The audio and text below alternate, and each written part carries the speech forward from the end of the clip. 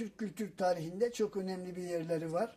Bunlar özellikle Orta Asya, Kazakistan bölgesinde Deşli Kıpçak'tan başlayıp Karadeniz'in üst kısımları, Doğu Anadolu ve Azerbaycan'ın bir bölümüyle bu bölgede uzun süre hayat süren, ömür süren Türk boylarından bir tanesidir.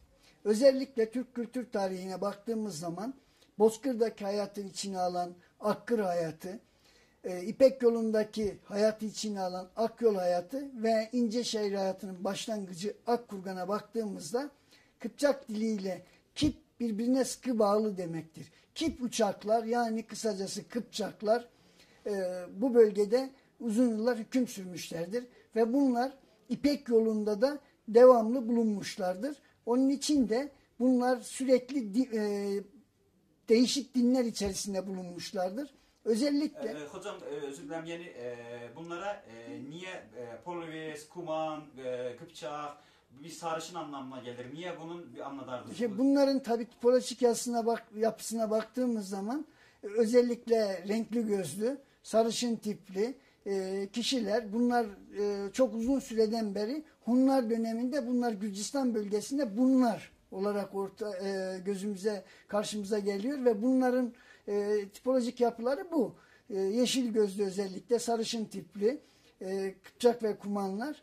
Bunlar bu bölgede Hristiyan dininde uzun süre yaşamışlar. Özellikle 300 yıl Çıldır Atabekler döneminde Ahıska'dan Bayburt'a kadar Oltu, Tortum, Azerbaycan'ın alt kısımları, bu bölgelerde 300 yıl Atabeklik olarak yaşamışlar. Dinleri de Hristiyan dini. Ve hatta Hristiyanlığı mezhep olarak da 3. yüzyılda Hristiyan dinine girdikten sonra yukarı Kafkasyelilerine de bunlar yaydığı düşünülüyor. Özellikle Oğuznamelerde baktığımızda hep Oğuznamelerdeki kavga edenler ilk bakışta başka milletler zannetsek de tamamen bu Türk boyları. Hocam bak, onu çok güzel anladı. Dede Qorqud boylarında daima bir şekilde diyelim ki Oğuzları görərik. Dış Oğuz, iç Oğuz, daş Oğuz ve bir de Kıpçaklar. Yani bunların savaşı nereden başladı ve ne için savaştılar? Ya bunların, bana göre bunlar bir kere dini yönden bir savaşa tutuştular. Bunlar bir kısmı gök tanrı inancındayken özellikle Kafkasların aşağı kısımlarında Hristiyanlıkla tanışan Kıpçaklar Hristiyanlığı yukarı ellere doğru yaymaya başlayınca bir kavga da burada başladı. Ve bu kavgayı o kaya resimlerinde de görüyoruz onların. Onların kültür yapısında da görüyoruz. Oğuznameleri incelediğimizde de Karadonlu kafirler diye saydıklarının çoğu Hristiyan dinindeki Kıpçak boyları. Ve bir şekilde bir medeniyet kaldı, bir mezar taşı kaldı, bir kilise kaldı. Yani bunun ayrımı ne? Gala kaldı. Yani burada Kıpçak medeniyetinin izlerini nereden tanıyabiliriz? Şimdi özellikle Türkleri ben 3 boy olarak irdelersek 3 grupta, biri Bozkır'daki hayat Akkır, birisi demin de bahsetmiştim İpek yolundaki Ak yolcular, biri de Akkurgan, yani İnceşehir hayatı. Kıpçaklar özellikle Dış Oğuz dediğimiz bu İpek yolunda çok karşımıza çıkıyor. Bunların damgalarına baktığımız zaman İç Oğuz'unki çadırın kubbesi, çarpı şeklinde. Dış Oğuz'unki dünyanın dört bir etrafına gittikleri için artı işareti şeklinde ve bunun ikisinin birleşmesiyle de Oğuz'un damgası ortaya çıkıyor. Özellikle Kıpçakların damgaları artı şeklinde. Bunlar Hristiyan dininde de Şamsol dizin olarak karşımıza çıktı mı artı işaretinin uç kısımlarında 3 tane yonca şeklinde motif oluşturuyor ve nerede artı işareti görürsek bunlar Kıpçak motifleri. Bu motifleri Hristiyanlıktan önce de görüyoruz. Hatta ben size bir hatırımı anlatayım. Ben Süryani Kilisesi'ne ziyarete gitmiştim Mardin'de. Mor Yakup Kilisesi'nde Mor Yakup'un türbesinin mezarının üzerindeki bütün motifler aslında Dış Oğuz damgaları ve bunlar Hristiyan olduktan sonra aynen kullanmışlar. Hatta daha sonra yine Mardin'deki büyük kiliseye gittiğimizde oranın papazıyla epey tartıştık, konuştuk. Onlar özellikle şimdi çarmıha gelmiş bir İsa'nın resmini koymuşlar ama onun yanında da bu eski Türk kültüründen Hristiyanlığa geçen damgayı, ok damgasını haç olarak kullandıkları açıkça görünüyor. Ben onlarla bunu uzun uzun tartıştım. Hocam indi başka bir tərəfdən deyək ki, gələyim sarı gəlin məsələsinə. Ortada bir sarı gəlin deyilən bir ağı var, bir hüzünlü bir melodi var. Evet. Bu melodinin sözü, bu melodinin tarixi gerçəkləri, bizim düşündüyümüz format, gerçək bir Oğuz və Qıpçaq qarşı durmasıdır.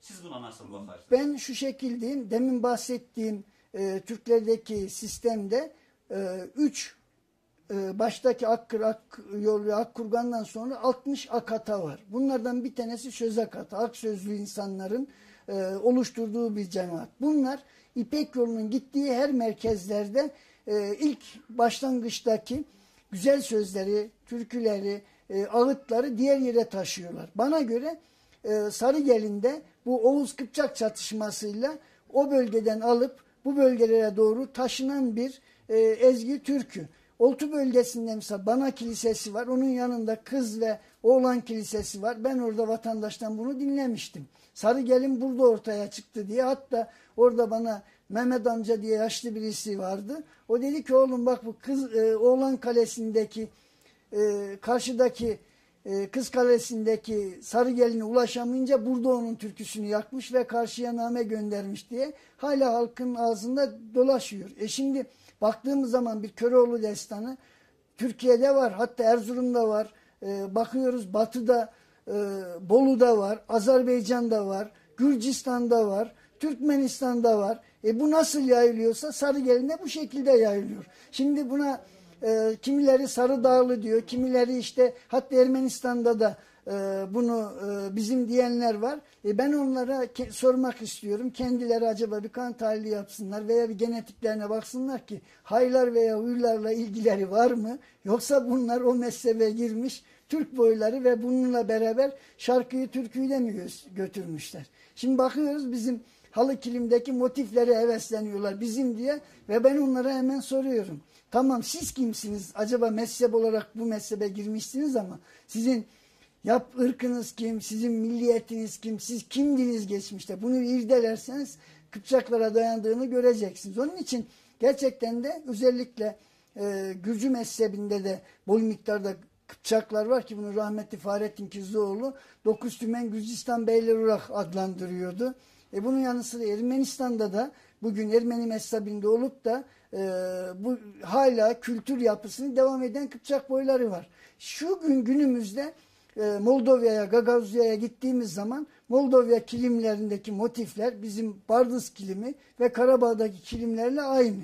Yapısına bakıyoruz Gagavuzlar kültürel olarak aynı Oğuz kültürünü devam ettiriyor ama dinleri Hristiyan. Dimitri diye geçen de bir arkadaşımız gelmişti buraya, ressam, burada bir sempozyuma. Onun uzun uzun konuştuk. Hatta kültürel yapıyı anlattık. Ya dedi dinimiz ayrı ama dedi bizim yapımız aynı, ırkımız aynı, milletimiz aynı dedi. Ben Oğuz'um dedi ya. Hocam Allah razı olsun. Siz diye ki Kıpçakların manastır yapılarında, manastır formasında baş veren, yani ki manastırlarındaki farkı diğer mezheplerden necə ayıra bilərsiniz? Şimdi bizim bu bölgedeki manastırlar, Kıpçak manastırları özellikle tamamen ayrıcılığı ortada. Çadır stilinde manastırlar. Hatta bizim yakınımızda bir Öşvan Kilisesi var. Gidin bakın oradaki usta damgalarının hepsi Göktürk alfabesi. Ama kapılarındaki kitabeleri mensup oldukları dinlerin kitabeleri. Bu da gayet normal. Bugün biz cami yapıyoruz ama halen daha bugünkü camilerimizde Arap alfabesi kullanıyoruz. Yani yarın 50-100 yıl sonra biri geldiği zaman bunu Araplar yapmış demeyecek ki. Dinin dilini konuşmuşlar. Onun için bizim özellikle hem İslami kesimde hem Hristiyan kesimdeki Kıpçakların menzil kiliseleri veya menzil külliyeleri var. İpek yolunun devam ettiği noktalarda ilkin küçük tepeler var. Tepelerden sonra ribatlar var. Ribatlardan sonra külliyeler var. Ve bunlar da manastır şeklini almış ve oradaki dini terbiyeyi ve kervanın ihtiyaçlarını karşılıyor. Ve bizim özellikle bu bölgedeki Çıldır Atabeklerini düşünebiliyor musunuz? Çaklı Sargis'ten beri Lalepaşa, Erzurum'a gelene kadar bölgede 300 yıl hüküm süren Çıldır Atabekleri var. Bu 300 yıl bu insanlar hiç mi kilise yapmamış? Hiç mi ibadet etmemiş? Zaten bu bölge, ama bunlar Gürcü Kralı David, Hasankale tarafında Selçuklu'yla bunları kapıştırmak için çok gayret etmiş. Kendinin de Kıpçak kökenli ki Davut, kendinin de Kıpçaklarla ilişkisi olmasına rağmen Deşti Kıpçak'tan getirdiği binlerce Kıpçak gencini bu bölgedeki manastırlarda eğitmiş ve Türk'ü Türk'e vurdurmuş. Ben bazen dilim varmıyor ama Türk'ün Türk'ten başka düşmanı da yokmuş diyeceğim geliyor. Çünkü eskiden hep o duygularla büyümüştüm. Türk'ün Türk'ten başka dostu yok. Ama demek ki bizi tanıyanlar Türk'ün Türk'ten başka düşmanı olmama durumuna sokmuşlar. Ve bu bölgedeki bu manastırlarda yetişen gençler bu şekilde yürümüş. Ama bir şeyi kaybetmemişler. Bu manastırların özellikle gidin Öşvank'ta olsun, Haholi Kilisesi'nde olsun, bütün Orta Asya hayvan üslubunu, motiflerini işlemişler. Ve Müslüman olunca da yine bunları inkar etmemiş. Bu sefer getirmiş aynı motifleri, aynı figürleri Çifteminler Medrese'ye, Yakutiye'ye kullanmışlar. Demek ki bir kültürel devamlılık var. Hocam Allah razı olsun. Bunu da çok güzel anlattınız bize. Ama başka bir konunu açmak istiyorum burada. Diyeyin ki Kıpçakların bir şekilde medeniyetin varoluşu, tarih kaldı. Manastır kaldı, mezar kaldı, abideler kaldı, halılar kaldı. Ama Kıpçaklar nasıl değiştiler? Bu nasıl oldu? Bu nece baş verdi? Şimdi bunlar Lale Paşa Erzurum'a geldiği zaman bunların birçoğu İslamiyet'i din olarak seçti. Şimdi bakın bizim Tortum ve bu bölgede geçmişte Hristiyan dinine büyük hizmet eden Kıpçaklar İslamiyet'e geçtikten sonra da o bölgede yine İslami alimler yetiştirmeye devam ettiler. Zaten İslamiyet'i ele aldığımız zaman Orta Asya'da Gök Tanrı'ya bağlı şamanlık sisteminden İslam'a geçenler bizim özellikle İran Horasan'ından Anadolu'ya gelen boylar ki Anadolu'da bunlar çeşitli işte Alevi, Bektaşi vesaire isimlendiriliyor. Ama önce Hristiyan dinine girip ondan sonra İslamiyet'e geçen grupların çoğu Sunniler olarak ortaya karşımıza çıkıyor ve bunlar dini duygularını daha yerine getirmekte gayret gösteriyorlar. Kıpçakların bir bölümü de Yahudiliği de seçenler olmuş geçmişte. Ama demin dediğim gibi yeni dinlerinde kültürlerini devam ettirmeyi bilmişler. Yani bu proses ne zaman bitti? Yani bunlar İslam'ı, Kıpçaklar bütün şekilde mi İslam'a girdiler? Ve ne zamandan sonra bu proses? Şimdi özellikle 1500'lü yıllardan sonra. Misal Oltu'daki Aslan Paşa'nın dedesi Hristiyan. 300 yıllık bir atabeklikten sonra Hristiyan ama Aslan Paşa İslamiyet'e geçtikten sonra onun torunu İshak Paşa da işte Doğu Beyazıt'ta sarayı ortaya koyuyor ve İshak Paşa Sarayı'na baktığımız zaman da 3 kültürün izini görüyoruz. Türk, İslam ve Hristiyan sentezinin üçünü bir arada görebiliyoruz. Ve bu kültürel sentezleri iyi irdelediğimiz zaman Kıpçakların kültürel devamlılığını da görebiliyoruz. Hocam bir de böyle bir mezar taşları var. Bu Azerbaycan arazilerinde var. Türkiye'nin Anadolu, yani bizim Erzurum, Kars istikametinde bu büyük mezar taşları var. Ermeniler bu mezar taşlarına Xaskar denilen bir ad koymuşlar. Xaskar. Duydunuz mu, duymadınız mı? Duydum da güldüm.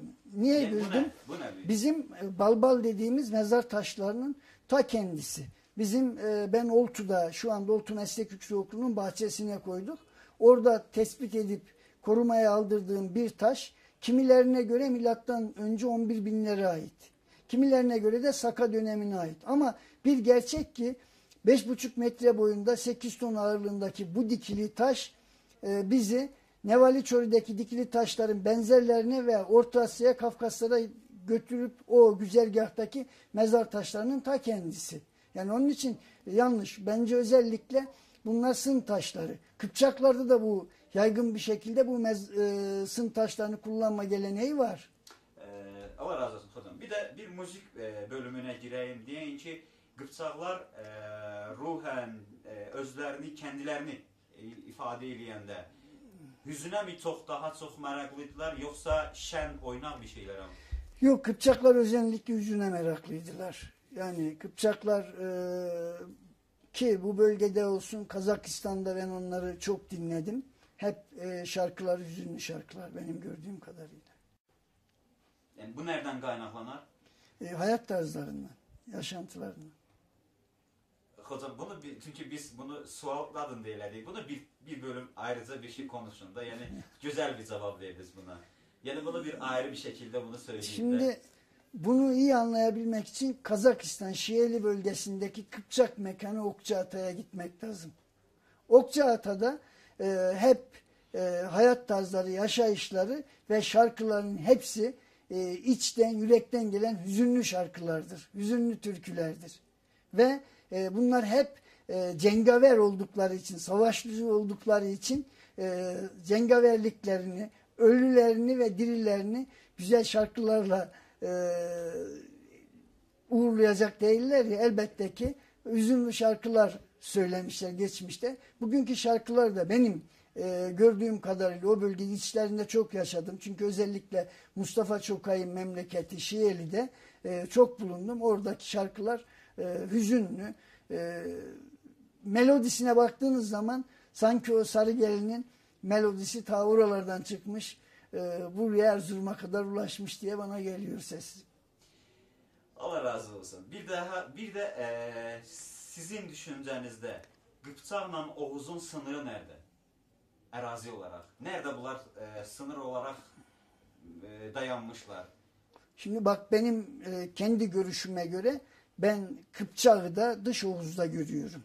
Kıpçaklar Dış Oğuz'da. Bugün Oğuz, İç Oğuz, Dış Oğuz baktığımız zaman İç Oğuz Bozkır'daki hayatla devam ediyor. Oğuz artık yerleşik hayatı tercih etmiş. Dış Oğuz özellikle İpek yoluyla dünyanın birçok yerine gitmiş. Ama bizim Karadeniz'den alın işte Çıldır Atabeklerinin sınırına baktığımız zaman Doğu Anadolu, Oltu, Bayburt, Ahıskaya bu bölgelerde Kıpçakları yoğun olarak görüyoruz. Bir de sizce Qıpçaq kültürünü siz köçeri olarak yok oturaq olarak nasıl değerlendirirdiniz? Bunu da iki grupta ele almak lazım.